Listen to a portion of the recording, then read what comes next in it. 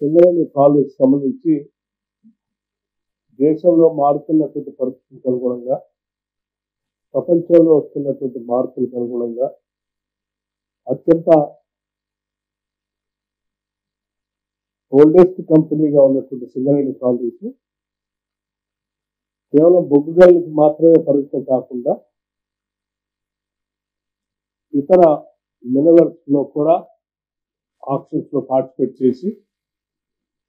ఈ సింగరేణి వ్యవస్థని సంస్థని విస్తరించుకునేటట్టుగా కార్యకలాపాలు చేపట్టాలని చెప్పి సింగరేణి బోర్డు తీసుకున్న నిర్ణయం కూడా మీ అందరికీ తెలిసిందే. అట్లాగే సింగరేణి కాలనీ తెలంగాణ రాష్ట్రానికి సంబంధించినంత వరకు ఈ రాష్ట్ర ఆత్మగా ఉన్నటువంటి విషయం కూడా మనందరం